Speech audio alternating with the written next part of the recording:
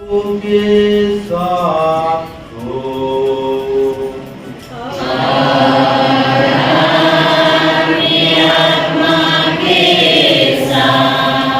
सत्योहन के अनुसार पवित्र सुसमाचार।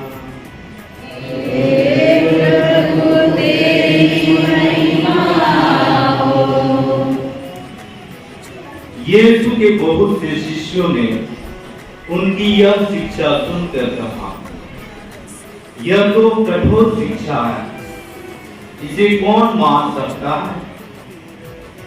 यीशु ने उनसे कहा, क्या तुम इसी से विचलित हो रहे हो? जब तुम मानव पुत्र को वहां आरोहण करते देखोगे जहां वह पहले था, तो क्या कहोगे? आत्मा ही जीवन प्रदान करता है, मांस से कुछ लाभ नहीं होता। मैंने तुम्हें जो शिक्षा दी है वह आत्मा और जीवन है, फिर भी तुम लोगों में से अनेक विश्वास नहीं करते। यीशु तो प्रारंभ से ही यह जानते थे कि कौन विश्वास नहीं करते और कौन मेरे साथ विश्वासघात करेगा। उन्होंने कहा, इसलिए मैंने तुम लोगों से यह कहा कि कोई भी मेरे पास तब तक नहीं आ सकता जब तक कि उसे पिता से यह वरदान न मिल जाए। इसके बाद बहुत से शिष्य अलग हो गए और उन्होंने उनका साथ छोड़ दिया। इसलिए यीशु ने वारों से कहा, क्या तुम लोग भी चले जाना चाहते हो? सिमोन पेट्रुस ने उन्हें उत्तर दिया, प्रभु, हम किसके पास जाएं? आपके ही शब्दों में अनंत जीवन का संदेश है। हमने विश्वास कर लिया और हम जान गए हैं कि आप ईश्वर के भेजे हुए परम पावन पुरुष हैं। यीशु ने उनसे कहा, क्या मैंने तुम बारों को नहीं चुना? तब भी तुम में से एक शैतान है। प्रभु का सुसमाचार। ख्रिस्त में उपस्थित पूर्व भाइयों और बहनें, माता पिता, भाई बहनों और प्यारे बच्चों, आज हमारे बहुत खुशी का दिन है जब हम हमारे डायसिस का रजत जयंती मनाने के अवसर पर इस संदूक को यहाँ लाए हैं, जिसके बारे हमारे फादर जॉर्ज के क्रिकेटर ने विस्तृत रूप से हमें जानकारी दी है। और आज के जो पाठ हैं, तीनों पाठ बहुत ही महत्वपूर्ण है और मैं उस पर कुछ प्रकाश डालना चाहूँगा। पहला पाठ हमने सुना यहोशुआ का ग्रंथ से। यहोशुआ कौन था? किसी को मालूम है? यहोशुआ नबी, एग्जैक्टली, गुड। मूसा के तुरंत बाद यहोशुआ नबी ही उस प्रतिज्ञा देश में चुनी हुई प्रजा को पहुंचाते हैं, इस्राएली को।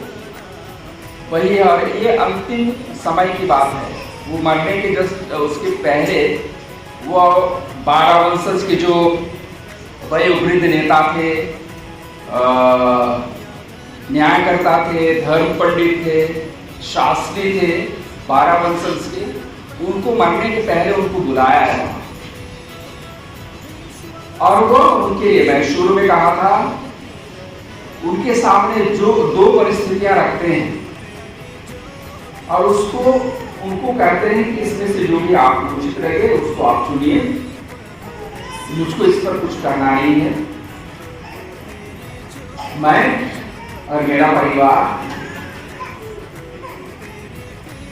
प्रभु की उपासना करेंगे और करते रहेंगे। आप जो करना चाहते हैं करें।